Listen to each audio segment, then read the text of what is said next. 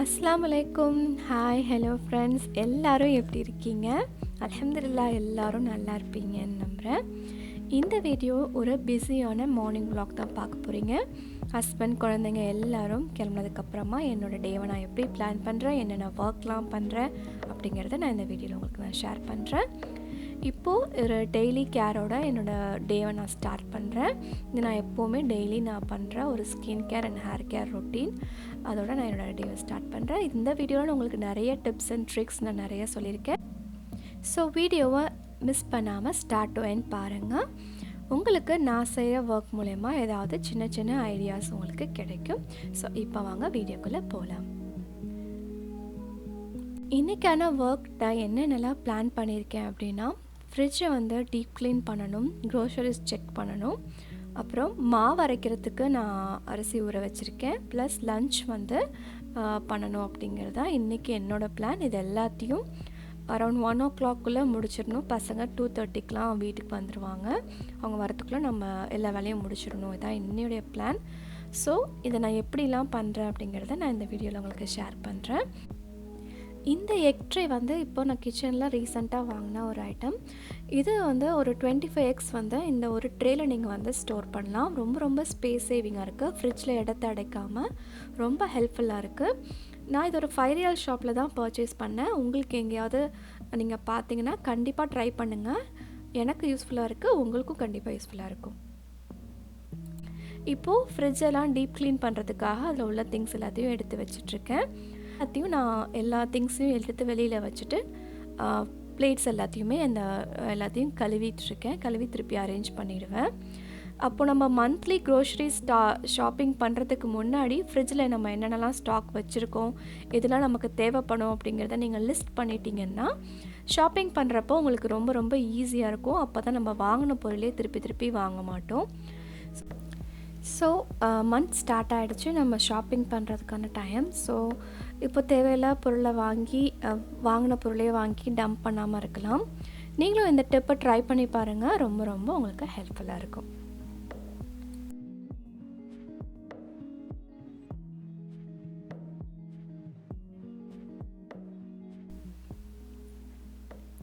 Side by side வந்து மாவு வந்து கிரைண்டரில் ஓடிட்டுருக்கு. ஸோ நம்ம எப்போதுமே உமன்ஸ் பண்ணுறது தான் மல்டி டாஸ்கிங். கிச்சனுக்கு போயிட்டோம்னா ஒரு வேலையை கான்சன்ட்ரேட் நம்ம எப்போதுமே பண்ண மாட்டோம். நிறைய வேலையை தான் ஒரே டயத்தில் நம்ம பண்ணணும். அப்படின்னா நமக்கு டைம் ரொம்ப சேவ் ஆகும், சீக்கிரமாகவும் டென்ஷன் ஃப்ரீயாக வேலையை முடிச்சிடலாம். நான் இப்போது வீடியோஸ் ஏதாவது கேட்டுக்கிட்டு யூடியூப் பார்த்துட்டே நான் வந்து ஒர்க் பண்ணிகிட்ருப்பேன். நீங்கள் உங்களுடைய கிச்சனில் இருக்கிற டைமை எப்படி ஸ்பெண்ட் பண்ணுவீங்கன்னு சொல்லிவிட்டு எனக்கு கமெண்ட்ஸில் சொல்லுங்கள்.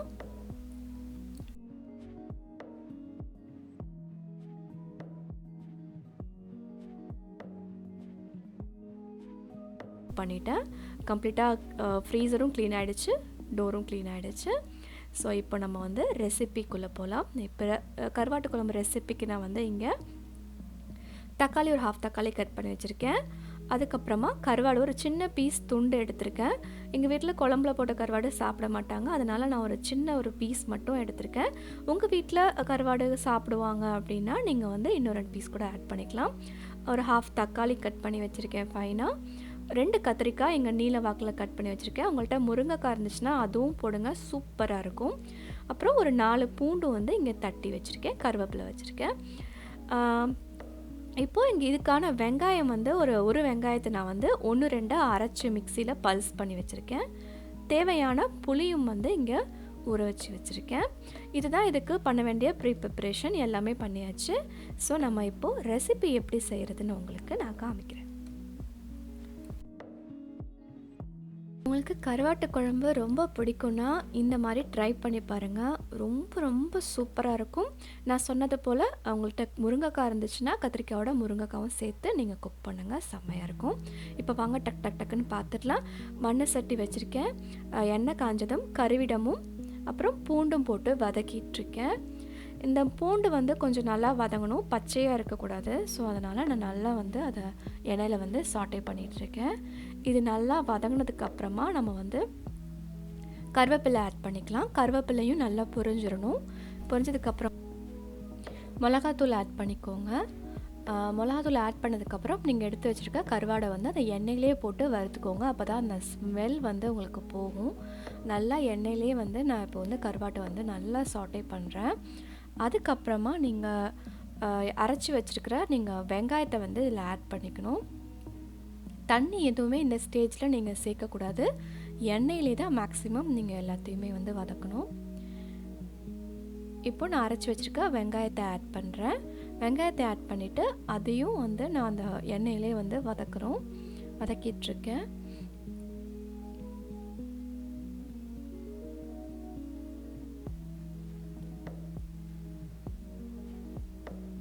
வெங்காயம் வந்து நல்லா வதங்கட்டும், அது வரைக்கும் வெயிட் பண்ணுங்கள். அதுக்கப்புறமா அதுக்கு தேவையான உப்பு ஆட் பண்ணுறேன். வெங்காயம் இப்போ வந்து நல்லா சுருண்டு வந்துருச்சு. இந்த ஸ்டேஜில் வந்து நீங்கள் கட் பண்ணி வச்சுருக்கிற எல்லா வெஜிடபிள்ஸ் ஆட் பண்ணுங்கள். நான் சொன்ன மாதிரி உங்கள்கிட்ட முருங்கைக்காய் இருந்துச்சுன்னா அதையும் இந்த ஸ்டேஜ்லேயே கத்திரிக்காய், முருங்கைக்காய் எல்லாத்தையும் சேர்த்து எண்ணெயிலேயே நீங்கள் வந்து வதக்கணும். தண்ணி தயவு செய்து சேர்த்துறாதீங்க. காய்கறியும் வந்து மிக்ஸ் பண்ணணும், வதக்கணும். இந்த கத்திரிக்காய் வந்து கொஞ்சம் கலர் மாறணும். அந்த மாறுற ஸ்டேஜ் வரைக்கும் கொஞ்சம் வெயிட் பண்ணி அதை வந்து நல்லா வந்து கிண்டி விடுங்க. அந்த கலர் கொஞ்சம் சேஞ்ச் ஆனதுக்கப்புறம் நீங்கள் கட் பண்ணி வச்சுருக்க தக்காளி ஆட் பண்ணி அதையும் கொஞ்சம் மேஷ் பண்ணி விடுங்க. நான் இப்போயும் இன்னும் தண்ணி சேர்க்கலை. அந்த எண்ணெயிலே தான் அந்த மசாலா வந்து ஃப்ரை பண்ணிகிட்ருக்கேன். மண் சட்டியில் மீன் குழம்பு, கருவாட்டு குழம்பு இதெல்லாம் வச்சிங்கன்னா அது டேஸ்ட்டே டிஃப்ரெண்ட்டாக இருக்கும். இப்போது ஒரு 1/2 டீஸ்பூன் நான் வந்து மஞ்சள் சேர்க்குறேன். மஞ்சள் சேர்த்துட்டு மறுபடியும் அதை நல்லா வந்து சாட்டே பண்ணுங்கள்.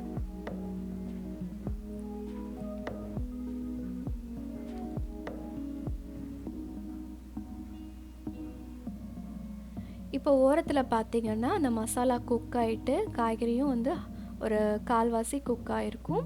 எண்ணெய் அப்படியே பிரிஞ்சு வரும். இப்போது மூடி போட்டு அதை கொஞ்சம் வந்து வேக விடுங்க. தண்ணி சேர்க்க வேண்டாம். கொஞ்சம் அடிகனமான பாத்திரமோ இல்லை வந்து மண் சட்டியோ வச்சிங்கன்னா அது வந்து அடி பிடிக்காது, நல்லாவே குக் ஆகும்.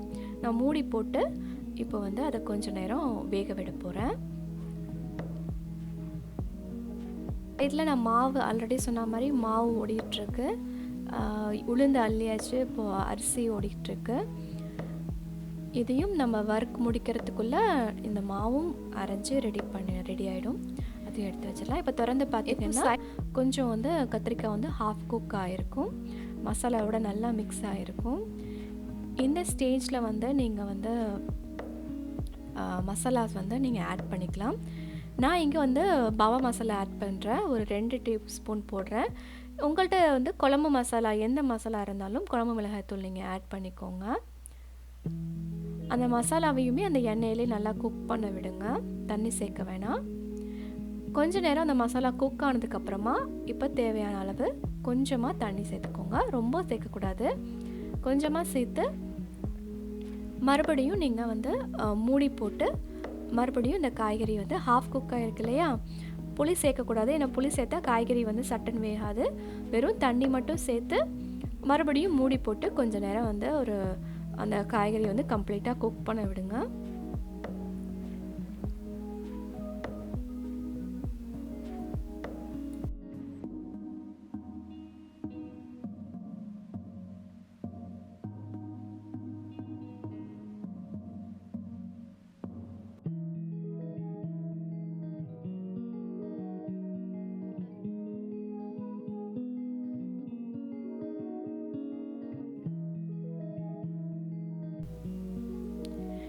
இப்போ ஓப்பன் பண்ணி பார்த்தீங்கன்னா காய்கறி வந்து நல்லா கம்ப்ளீட்டாக குக் ஆகிடுச்சு. இந்த ஸ்டேஜில் நீங்கள் கரைச்சி வச்சுருக்க புளியை சேர்த்துக்கோங்க. உங்களுக்கு எவ்வளோ குழம்பு தேவையோ அந்த அளவுக்கு புளி சேர்த்து எல்லாத்தையும் கூட்டி கொதிக்க விடுங்க.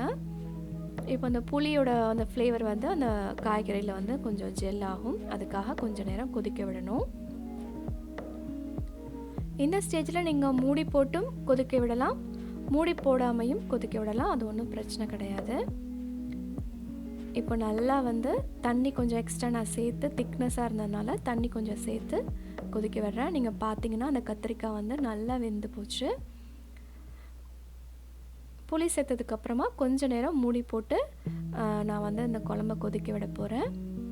ஒரு 1 மினிட் கொதிச்சா போதும். இப்போ மேலே நல்லா நுரைச்சி எண்ணெய்லாம் பிரிஞ்சு வந்துடும். ஓப்பன் பண்ணி பார்த்தீங்கன்னா நமக்கு சுட சுட கம கமன்னு கருவாட்டு குழம்பு ரெடி ஆகிடுச்சு. ரொம்ப சிம்பிளான டிஷ். வந்து ரொம்ப நிறைய மசாலா சேர்க்க வேணாம். நீங்கள் நோட் பண்ணிங்கன்னா தேங்காய் கொஞ்சம் கூட சேர்க்கவே இல்லை. தேங்காவே சேர்க்க தேவையில்லை. ரொம்ப ரொம்ப சூப்பராக இருக்கும்.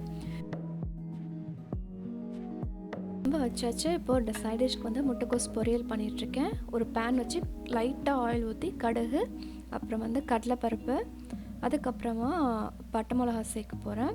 நான் இதில் வந்து மஞ்சத்தூள், ஜீரகத்தூள் எதுவும் சேர்க்க மாட்டேன். வெறுமனே உப்பு மட்டும்தான் சேர்த்து இது செய்கிறேன். ஆயில் ரொம்ப யூஸ் பண்ணாமல் இது பண்ணுறதுனால ரொம்ப ஹெல்த்தி. இப்போ ஆனியன் போட்டு ஆனியன் சாட்டே ஆனதுக்கப்புறம் கருவேப்பிலை போடுறேன். அதுக்கப்புறம் நான் கட் பண்ணி வச்சுருக்கேன் முட்டைக்கோஸ் எல்லாத்தையும் ஆட் பண்ணி லைட்டாக ஒரு மிக்ஸ் கொடுக்குறேன். தண்ணி சேர்த்துறாதீங்க. தண்ணி சேர்த்தா ரொம்ப சொதன்னு ஆயிரும். அதனால் லைட்டாக தண்ணி தெளித்து மட்டும் விட்டு உப்பு கொஞ்சம் போட்டு நீங்கள் வந்து ஒரு மூடி போட்டு மூடி வேக வச்சுருங்க. அவ்வளோதான். ரொம்ப சிம்பிள், பட் ரொம்ப ரொம்ப ஹெல்த்தியான டிஷ்.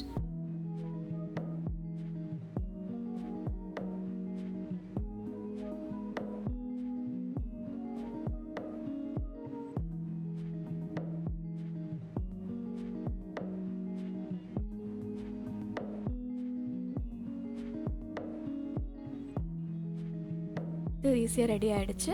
இப்போது மாவும் கம்ப்ளீட்டாக அரைஞ்சிருச்சு. இதை நம்ம ஆஃப் பண்ணி வச்சுட்டு அதுக்கப்புறமா இதை வந்து கண்டெய்னர்ஸ்க்கு மாற்றிடலாம். இந்த ஒரு பர்டிகுலராக இந்த கிரைண்டர் வந்து ப்ரீத்தி ஜோடியாக்கில் நான் ரீசெண்டாக பர்ச்சேஸ் பண்ணேன். ஒரு 6 மந்த் ஆகுது. பட் என்னை பொறுத்த வரைக்கும் இது ஒரு நல்ல ஒரு யூஸ்ஃபுல்லாக இருக்குதா அப்படின்னா கிடையாது. கொஞ்சம் ஹெவியாக இருக்குது. தூக்குறப்போ கல்லாம் கொஞ்சம் வெயிட்டாக இருக்குது. உங்களுக்கு ஹேண்ட் வெயிட் தூக்க முடியாது அப்படின்னா இது கொஞ்சம் கஷ்டம்தான். மாவு ட்ரான்ஸ்ஃபர் பண்ணுறதுக்கும் கொஞ்சம் கஷ்டமாக இருக்குது. அது மட்டும் இல்லாமல் இன்னொரு மெயின் ப்ராப்ளம் என்னென்னா, இது ரொம்ப அந்த பாடி வந்து அந்த மோட்ரு ரொம்ப ரொம்ப ஹீட் ஆகுது. மாவில் அவ்வளோவா தெரியலனாலும் அந்த பாடி தொடுறப்போ பயங்கர ஹீட்டாக தெரியுது. கொஞ்ச நேரம் கூட அது ஓடுற ஒரு 20 மினிட்ஸ் to 15 மினிட்ஸில் அது ஹீட் ஆகிடுது. அதுதான் ஒரு பெரிய ட்ராபேக்காக தெரியுது. இப்போது உங்களுக்கு முட்டைக்கோசும் ரெடி பண்ணியாச்சு. நம்ம அடுத்து வந்து சம்பல் மட்டும்தான் செய்யணும். அந்த டிஷ்ஷும் எப்படி செய்கிறது நான் வந்து உங்களுக்கு ஷேர் பண்ணுறேன். இது வந்து பொட்டுக்கடலை துவையல். இதில் வந்து பொட்டுக்கடலை, தேங்காய், வெங்காயம், பட்டை மிளகா, அப்புறம் உப்பு, அவ்வளோதான். இது போட்டு நீங்கள் அரைச்சிட வேண்டியதான். இது நீங்கள் இதில் ஒரு சின்ன டிப் என்னென்னா, நீங்கள் பொட்டுக்கல்லையும் இது எல்லாத்தையும் ஒன்றா போட்டு மிக்ஸ் பண்ணுறப்போ ஒரு மாதிரி அம்மியில் அரைச்சா மாதிரி நைஸாக வராது. ஃபஸ்ட்டு இந்த ட்ரையாக இருக்கிற பட்டை மிளகா, பொட்டுக்கல்லையை வந்து ட்ரை மிக்சியில் போட்டு பொடி பண்ணிவிட்டு அதுக்கப்புறமா நீங்கள் தேங்காயும் வெங்காயம் இதெல்லாம் போட்டு அரைச்சிங்கன்னா உங்களுக்கு வந்து கொரகொரப்பு இல்லாமல் நைஸாக வரும். இந்த டிப்பையும் ட்ரை பண்ணி பாருங்கள், சூப்பராக இருக்கும். ஸோ நான் இப்போ வந்து சம்பலும் பண்ணியாச்சு. அதை வந்து ஒரு சின்ன பாக்ஸில் வந்து நான் ட்ரான்ஸ்ஃபர் பண்ணிட்டேன். ஸோ நீங்கள் ஈஸியாக ஃப்ரிட்ஜில் வந்து ஸ்டோர் பண்ணி வச்சுக்கலாம்.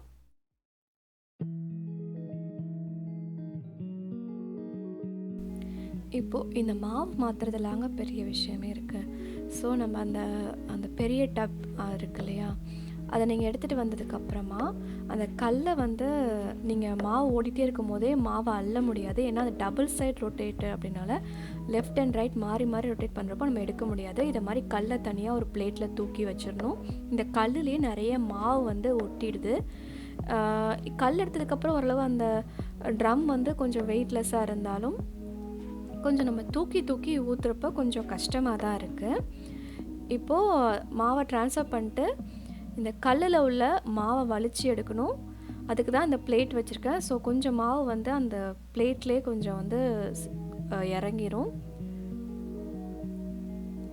கல்லில் ஓடும் போதே கொஞ்சம் தண்ணி ஊற்றி அரைச்சிட்டா அந்த மாவெல்லாம் வந்து கொஞ்சம் ஆகிடும். சம்டைம்ஸ் நமக்கு தெரியாது, தண்ணி கொஞ்சம் எக்ஸஸாக நம்ம ஊற்றி கழுவிட்டோம், ட்ரம்மை கழுவினோம்னா மாவு தண்ணியாக போயிடும். ஸோ அதெல்லாம் நம்ம நோட் பண்ண வேண்டியது இருக்குது. ஸோ இப்போ நான் அந்த பிளேட்டில் உள்ள அந்த கல்லில் ஓட்டிருக்கிற எல்லா மாவையும் நான் வந்து எடுத்து க்ளீன் பண்ணிகிட்ருக்கேன். இது தூக்கி க்ளீன் பண்ணுறப்ப கொஞ்சம் கஷ்டமாக தான் இருக்குது. இது உங்களுக்கு ஓகே அப்படின்னா நீங்கள் ட்ரை பண்ணி பாருங்கள் இந்த கிரைண்டரை. என்னை பொறுத்த வரைக்கும் it not the best choice அப்படின்னு தான் நான் நினைக்கிறேன். ஸோ இப்போ இங்கே கருவாட்டு குழம்பு சூப்பராக கமன்னு ரெடி ஆகிடுச்சு. பார்க்கும்போதே செம்மையாக இருக்குது. ஸோ இங்கே கருவாட்டு குழம்பு ரெடி ஆகிடுச்சு. அதுக்கப்புறமா நம்ம முட்டைக்கோஸ் பொரியல் பண்ணியாச்சு, சம்பல் அரைச்சாச்சு, முட்டை பொரிக்கிறதுக்கு வெங்காயம் கட் பண்ணி வச்சாச்சு. பசங்க வந்ததுக்கப்புறமா முட்டையை பொரித்து அப்பளம் பொரித்து கொடுத்துடலாம். கவுண்டர் டாப்பும் சுத்தமாக க்ளீன் பண்ணியாச்சு. சிங்க்லேயும் எந்த திங்ஸும் இல்லை, அதையும் வாஷ் பண்ணி வச்சாச்சு. எல்லாத்தையும் சின்ன சின்ன பாக்ஸுக்கும் ட்ரான்ஸ்ஃபர் பண்ணியாச்சு. இன்றைக்கி நான் உங்களுக்கு சொன்ன டாஸ்க், அதாவது மாவு அரைக்கிறது, ஃப்ரிட்ஜை டீப் க்ளீன் பண்ணுறது, லன்ச் ப்ரிப்பேர் பண்ணுறது, இது மூணுத்தையும் அரௌண்ட் நான் வந்து ஒரு 11 o'clock வந்தேன். 2 மணி நேரத்தில் எல்லா வேலையும் கம்ப்ளீட் பண்ணியாச்சு. இப்போ டைம் வந்து கரெக்டாக 1:10க்கும் மேலே ஆகிடுச்சு. It's okay, no problem. இப்போ இந்த வீடியோ பார்க்குறப்போ உங்களுக்கும் கொஞ்சம் மோட்டிவேட் ஆகிருப்பீங்கன்னு நினைக்கிறேன். நான் என்ன அப்படி தான் மோட்டிவேட் பண்ணிக்குவேன். ஏதாவது இதை மாதிரி வ்ளாக்ஸை பார்த்து மோட்டிவேட் பண்ணிக்குவேன். ஸோ நீங்களும் அதை மாதிரி மோட்டிவேட் ஆகிருப்பீங்கன்னு நினைக்கிறேன். இப்போ என்னோடய பிளேட்டிங்கை பாருங்கள். சுட சுட சாப்பாடு, கருவாட்டு குழம்பு, கத்திரிக்காய் போட்ட கருவாட்டு குழம்பு, அப்புறம் முட்டை பொடி மாஸ் பண்ணியிருக்கேன். அதுக்கப்புறமா அப்பளம் பொரிச்சிருக்கேன், முட்டைக்கோஸ் பொரியல் பண்ணியிருக்கேன். நான் முன்னாடியே சொன்ன மாதிரி என் பிளேட்டில் சாப்பாடு கொஞ்சம் கம்மியாக தான் இருக்குது, பட் ப்ரோட்டீனுக்கு முட்டை இங்கே இருக்குது. அப்புறம் வெஜிடபிளுக்கு வந்து நான் வந்து முட்டைக்கோஸ் பொரியல் வச்சுருக்கேன், சம்பல் கொஞ்சம் வச்சுருக்கேன், அப்பளம் வச்சுருக்கேன். உங்கள் பிளேட்டை இப்படி நீங்கள் ஆர்கனைஸ் பண்ணி ப்ரோட்டீன்ஸ், நமக்கு தேவையான ஃபைபர், கார்போஹைட்ரேட் எல்லாமும் நம்ம உடம்புக்கு தேவை, எல்லாமே உங்கள் பிளேட்டில் இருக்கான்னு பார்த்துட்டு அதை ரீசெக் பண்ணிவிட்டு சாப்பிடுங்க. ஹாப்பியாக இருங்க.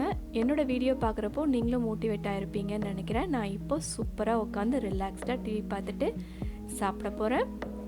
இந்த vlog உங்களுக்கு பிடிச்சிருக்குன்னு நம்புகிறேன். நிறைய சின்ன சின்ன டிப்ஸும் நான் உங்களுக்கு கொடுத்துருக்கேன், அதுவும் கண்டிப்பாக உங்களுக்கு யூஸ்ஃபுல்லாக இருந்திருக்கும். இந்த வீடியோ நீங்கள் பார்த்துட்ருக்கீங்க, சப்ஸ்கிரைப் பண்ணாமல் பார்க்குறீங்கன்னா ப்ளீஸ் சப்ஸ்கிரைப் பண்ணிக்கோங்க, அந்த பெல் பட்டனையும் கிளிக் பண்ணிக்கோங்க. எங்கள் வீடியோவுக்கு கண்டிப்பாக சப்போர்ட் பண்ணுங்கள், எனக்கு கமெண்ட்ஸ் பண்ணுங்கள். உங்களுக்கு இந்த வீடியோ பிடிச்சிருந்துச்சுன்னா கண்டிப்பாக லைக் பண்ணுங்கள். இவ்வளோ நிறைய வீடியோ பொறுமையாக பார்த்ததுக்கு ரொம்ப ரொம்ப தேங்க்ஸ். நான் உங்கள் நெக்ஸ்ட் வீடியோவில் வெயிட் பண்ணுறேன். அது வரைக்கும் டாடா, பை. தேங்க்ஸ் ஃபார் வாட்சிங். Peace kitchen.